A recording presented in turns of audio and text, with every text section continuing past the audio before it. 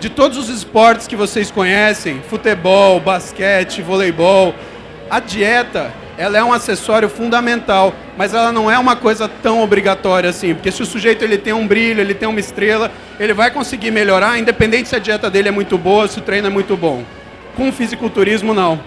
Esse cara é muito bom, só que ser muito bom nunca vai superar o sujeito que trabalha muito bem. E trabalhar muito bem significa que esse sujeito ele é capaz de fazer uma alimentação adequada para o treinamento e conseguir o melhor resultado desse binômio.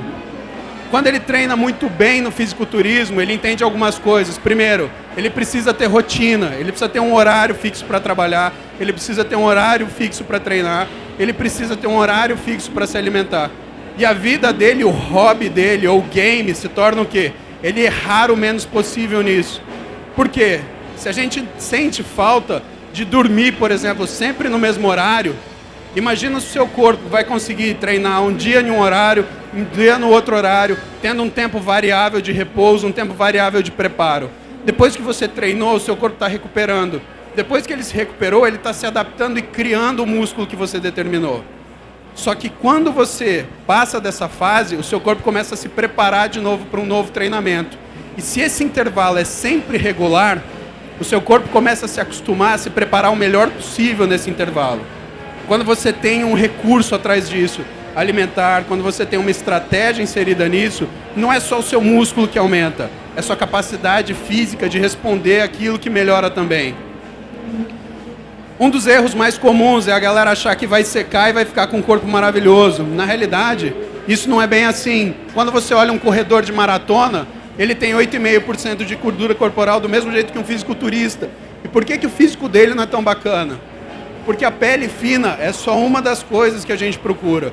Quando a gente olha um fisiculturista, a gente está olhando a pele fina com muito músculo embaixo.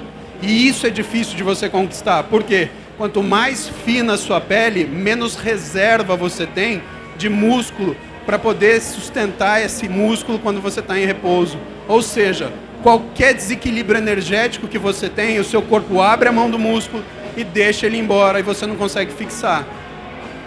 Outro erro, quando a gente olha, por exemplo, para o esporte, é pensar em peso. Todo mundo pensa, eu quero chegar a 100 quilos, eu quero chegar a 110 quilos, eu quero chegar a 115 quilos. Mas não é por aí. Um físico bacana você conquista com 80 quilos.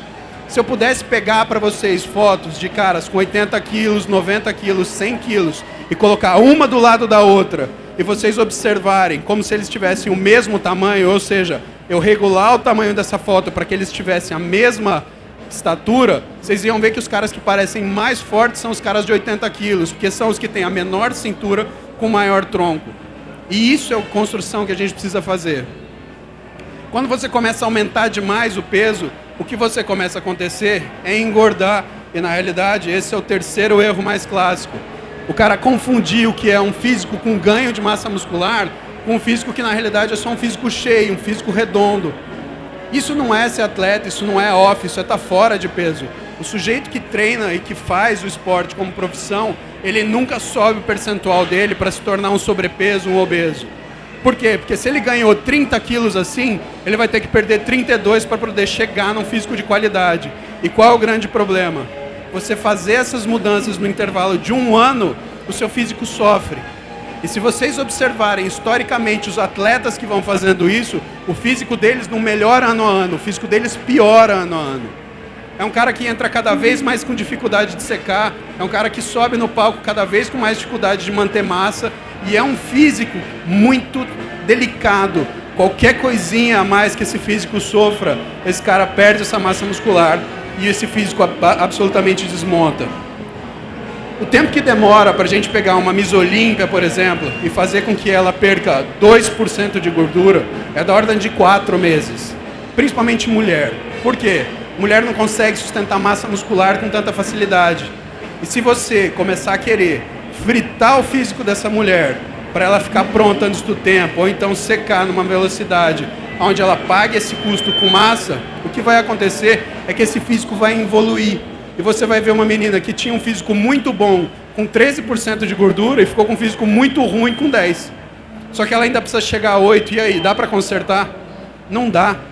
Já foi. O período de preparação feminina é de 22 a 16 semanas. Você às vezes consegue preparar uma mulher para uma vez por ano, dependendo do tipo de maturidade muscular que ela tem. Então não é um risco que você vai correr. O que isso é importante para nós que usamos o exemplo do atleta para aplicar para nós? É saber que não adianta você programar, falar, ah não, daqui um mês eu vou estar seco.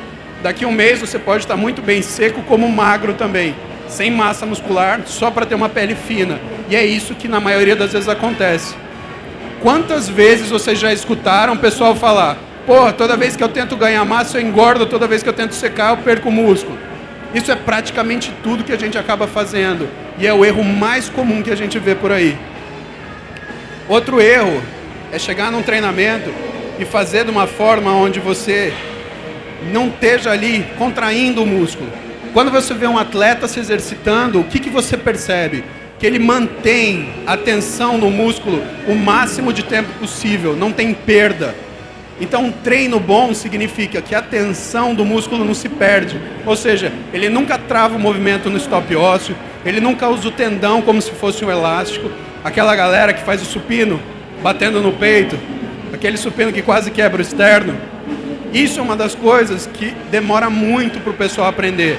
Quando você entra numa sala de peso, você entra para manter a tensão muscular e não para levantar peso.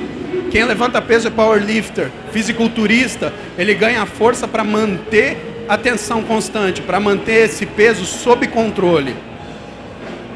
Tanto é verdade isso, que na década de 80, na década de 90, houve um desafio de um sujeito que era um grande powerlifter para um outro sujeito que era o maior fisiculturista em termos de membro inferior que o mundo já conheceu. E por mais que o cara que fosse fisiculturista, ele tivesse uma coxa gigantesca, ele não era capaz de fazer com tanto peso quanto o powerlifter era. E o que foi legal? O que foi legal foi que o powerlifter, quando chegou a hora de fazer repetição, que é o que o fisiculturista faz, ele abriu o bico muito antes.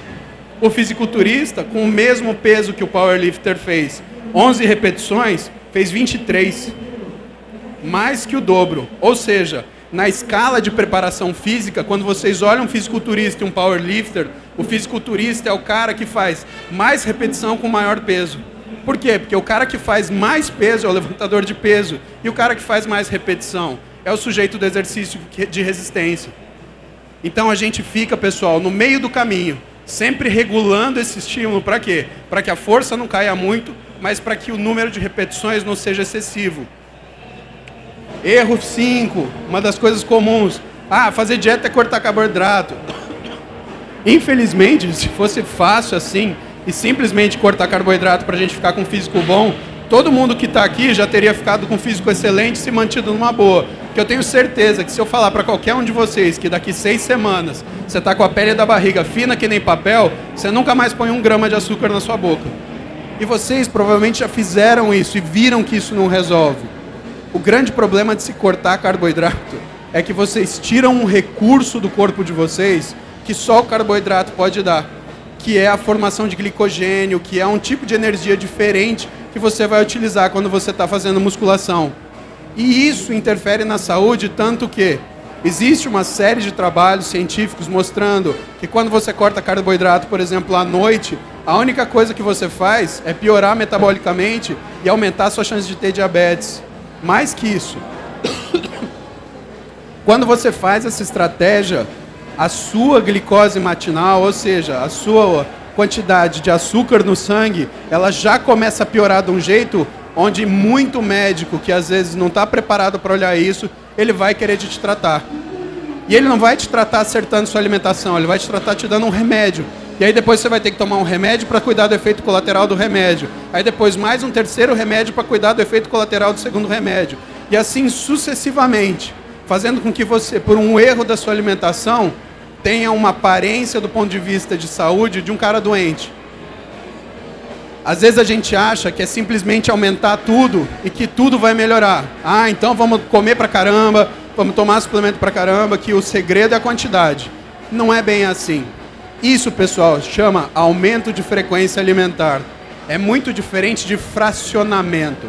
Quando uma pessoa fala para vocês, olha, tem que comer várias vezes ao dia, o que na realidade ela está falando é, você tem que pegar o que você vai comer num dia, dividir em várias vezes, e não somar mais uma refeição.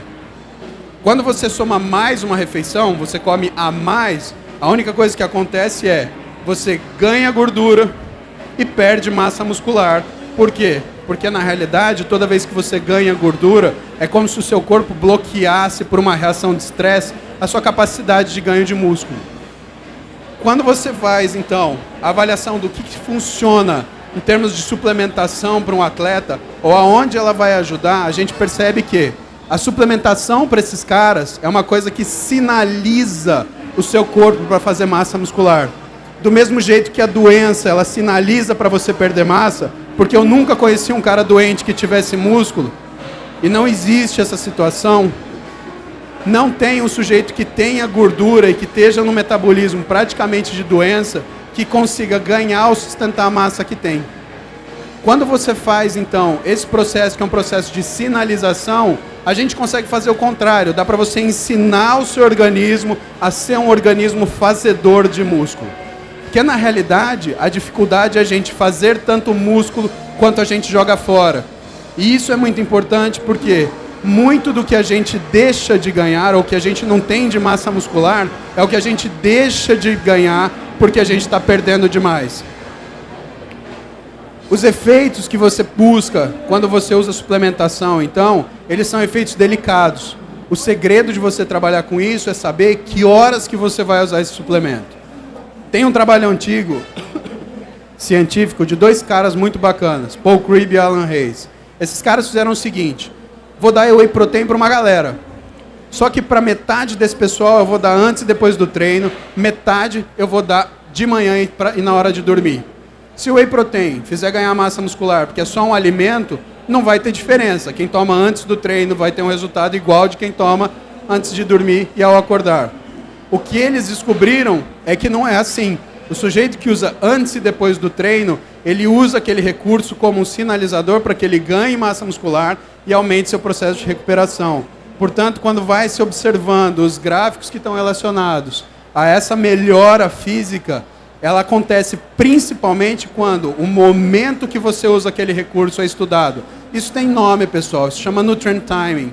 Quando você pega um nutricionista esportivo, quando você pega um nutrólogo esportivo, o que esses caras fazem principalmente?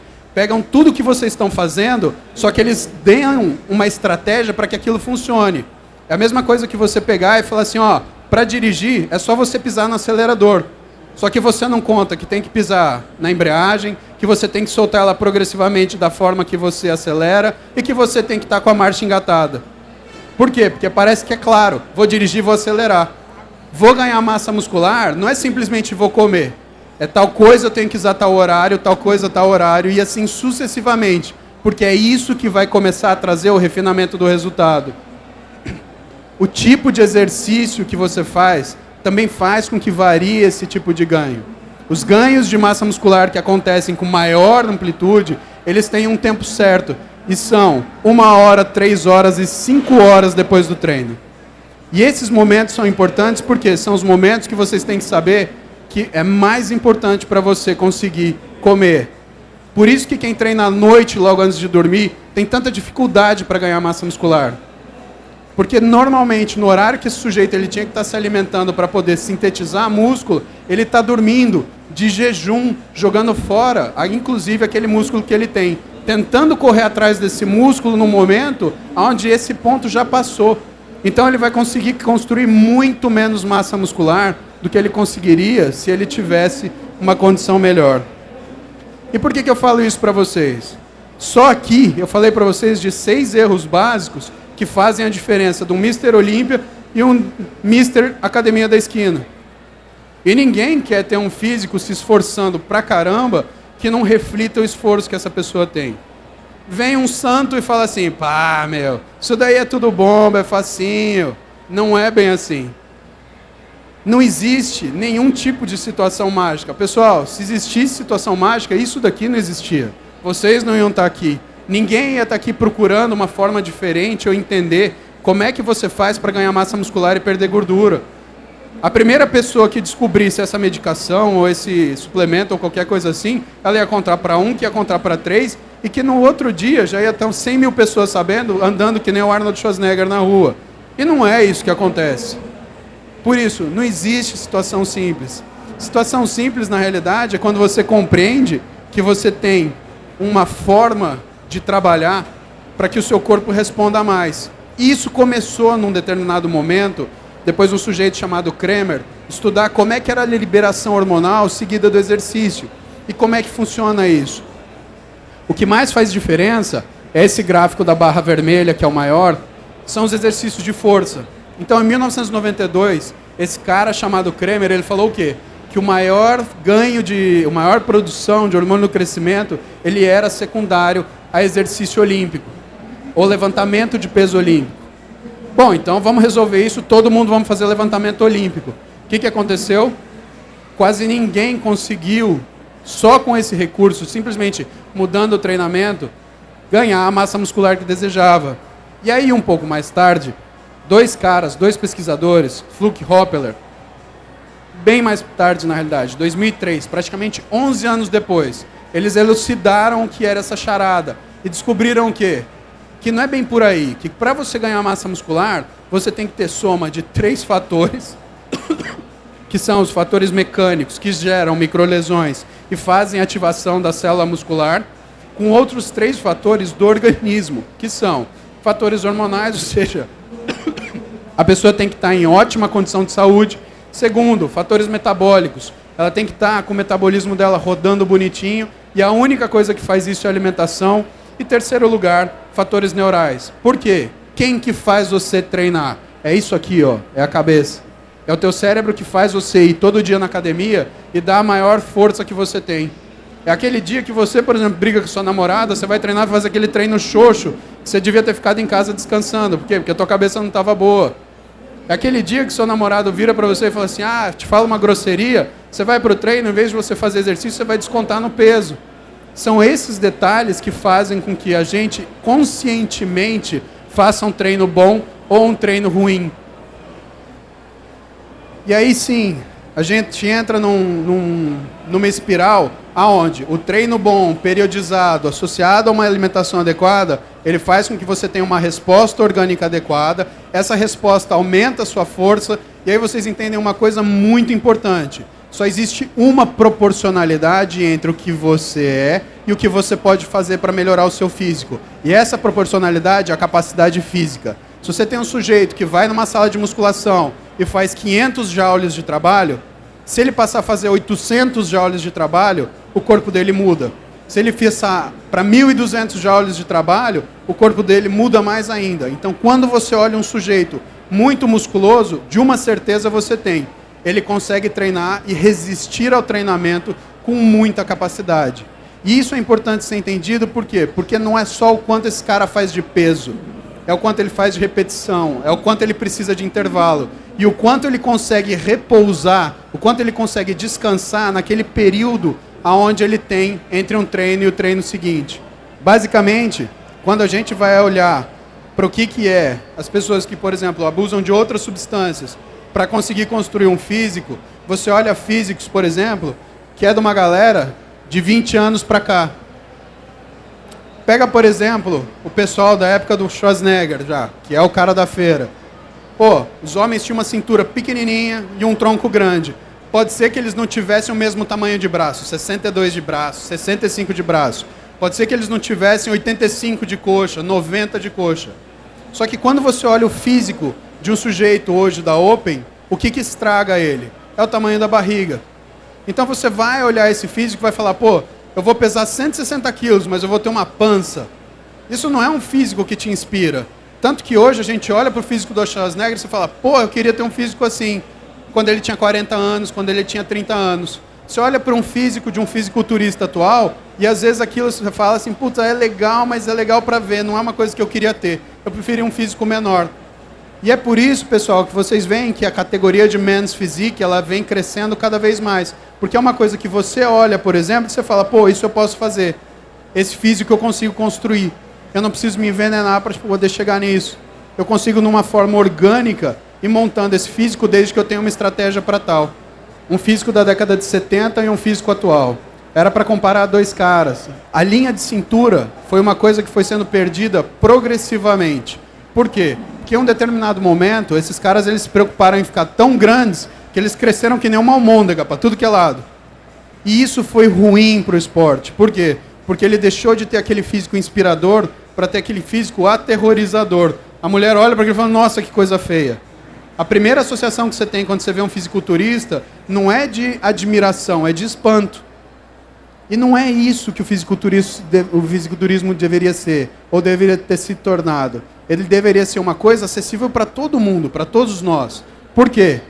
Vai tentar juntar 22 caras para você jogar futebol 2 vezes por semana numa cidade como o Rio, numa cidade como São Paulo.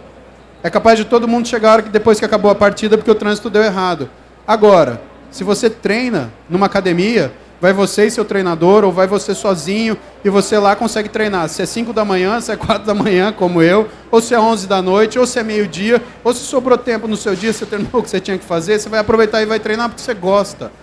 É isso que o fisiculturismo é importante, é isso que às vezes as pessoas elas entendem errado e estragam isso. É o único esporte que está à mão de cada um de nós. Tudo bem, tem academia que custa R$2.000 a mensalidade, mas tem academia que custa 40 conto. E que tem peso igual. Por quê? O que muda? O que muda na realidade é a vontade de cada um de fazer aquele peso. Você pode ter uma academia cara que for, se você não for e fizer o que você precisa fazer, seu resultado nunca vai chegar naquilo que você quer. Eu já vi físicos fenomenais saindo de academia, que era tijolo, ferro e barra, e vi físicos medíocres que saíam de academias onde você tinha... Renatinha, tá linda. E aí, Marcelo, beleza? Eu já vi físicos medíocres saindo de academias e de estratégias e de nutrições que o cara gastava um carro praticamente a cada 2, 3 meses. Então não é o que você tem, e é por isso que eu gosto desse esporte, é o que você faz. Esse esporte nivela, e ele nivela pela vontade. Você pode ter o que for, cara. Se você não subir ali, naquela plataforma e levantar aquele peso, você vai continuar sendo a mesma coisa que você é. Ou você pode não ter nada, mas se você tiver vontade, você levanta aquele peso 10 vezes, 11 vezes, mais do que você imaginou que você poderia, ou mais do que você suportaria, e você chega num corpo que você não imaginaria que você pudesse ter. Outra coisa que é verdade sobre fitness, é uma coisa que demora. Vocês não vão ver ninguém que em 1 ano constrói um físico. Foto do Dorian Yates aí. Ele demorou 10 anos para construir um físico que saía de uma categoria nacional para virar uma categoria internacional. Roland Winkler, um pouco depois, 2005 a 2010, 5 anos para construir um físico que saía de uma categoria nacional para uma categoria internacional. E não foi o único. Vocês vão ver muito provavelmente o Kai Greene aqui no Arnold ser campeão, sendo que teve 5 anos também para preparar o físico dele para conseguir chegar no nível que é. E vocês veem um monte de gente por aí que reclamam porque estão de dieta há 2 semanas e não está acontecendo nada. Esse cara ficou 5 anos sem botar um chocolatinho na boca. Lá, no máximo cheirava o chocolate e jogava fora. Ou dava para a namorada. Então não é uma coisa simples. A gente brinca, fala que isso é um esporte de velho. Por quê? Você só consegue chegar nesse físico depois de 10 anos, depois de 15 anos. Você está trabalhando muito. Eu conto pro pessoal, o pessoal acha graça. Mas eu fiz um físico em 25 anos. Que é um físico bacana, eu gosto do jeito que eu sou, estou satisfeito. Né? Gostaria de poder competir, só que hoje para competir significa que eu tenho que dormir uma quantidade de horas por dia que talvez eu não durma na semana. Então eu me satisfaço, pelo menos eu me mantenho do jeito que dá. Só que foram 25 anos fazendo isso. E às vezes senta um moleque lá na minha frente no consultório e fala assim, cara, ó, é assim, eu não quero ficar muito forte. É tipo outubro. Até dezembro eu quero estar mais ou menos assim que nem você, assim, e tá bom pra mim. Pô, eu me sinto um lixo, porque o cara não entende e fala, cara, você não tem noção que eu demorei quase 30 anos para fazer esse negócio. Não é fácil. E é por isso que a gente gosta, porque não é fácil, porque se fosse fácil qualquer um tinha. E se qualquer um tivesse, isso não faria parte da sua identidade. Isso daqui sou eu e a Beta, desde que a gente começou a namorar em 1997. São 18 anos de evolução. Nesses 18 anos de evolução, eu ganhei 18 quilos, praticamente 1 quilo por ano. Mas como é que foi essa divisão? Foi simétrica? Não, quando eu estava começando, eu demorei 12 anos para ganhar 12 quilos. E demorei mais 6 anos para ganhar mais 6 quilos. Então é uma progressão. E é uma progressão, como eu falei para vocês, que ela pode até não admitir acertos, mas ela não tolera erros. E o que a gente mais tem feito hoje, e o que eu tenho mais observado, são os erros que a gente comete. Ou por não ter acesso a esse tipo de conhecimento, ou porque, mesmo tendo acesso a esse conhecimento, a gente está confuso porque tem muita coisa sendo espalhada por aí e contrapondo coisas com outras sem que falem para vocês, olha, isso daqui é bom, mas é bom em tal situação. Isso daqui não é bom, porque em tal situação não funciona. E a chave do negócio, e por que ter alguém para cuidar de você é tão importante? É para alguém olhar para você e falar, olha, para você, hoje, você precisa disso, disso e disso. E por que hoje? Porque daqui 3 meses, quando você tiver ganhado capacidade física, teu físico já tiver mudado, você vai precisar de uma coisa diferente, porque você já é outra pessoa. Ou seja, nem nós mesmos somos a mesma pessoa ao longo do tempo, porque nós evoluímos. Então não adianta ficar fazendo a mesma coisa o tempo inteiro. Fazer a mesma coisa o tempo inteiro não é sabedoria, é teimosia. O que você precisa fazer na realidade é fazer aquilo que é necessário no momento adequado. E isso é muito difícil. E foi isso que eu vim fazer aqui hoje para vocês. Bom.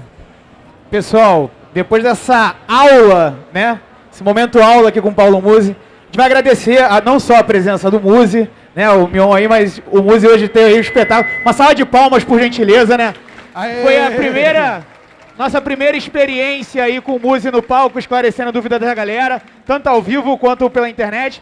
E, sem dúvida nenhuma, a gente vai repetir, porque foi um sucesso, tanto que está a presença de todos aqui. Todos ficaram aqui durante 1 hora, ouvindo o Musi falar, porque é um cara que é referência no esporte. Não só no esporte, né, mas acho que no dia a dia todo mundo busca informações sobre hábitos mais saudáveis. Então é por isso que o cara é quem é no mercado e é referência, beleza? Uma salva de palmas pro Musi, por gentileza. Valeu, galera! Mais uma vez. A gente se vê. Musi, obrigado, irmão.